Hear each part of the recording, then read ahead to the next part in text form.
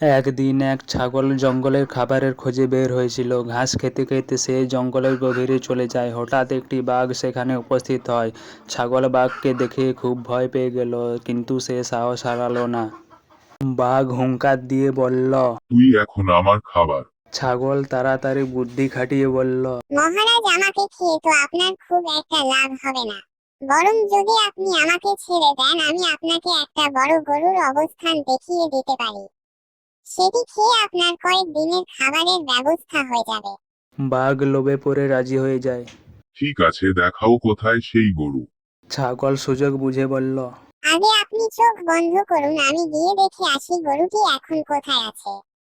বাঘ তার কথা বিশ্বাস করে চোখ বন্ধ করল। ছাগল সেই সুযোগে দ্রুত দৌড়ে পালিয়ে গেল। কিছুক্ষণ পর বাঘ যখন চোখ খুলল তখন দেখতে পেল ছাগল অনেক দূরে গিয়ে পাহাড়ের উপর দাঁড়িয়ে বলছে।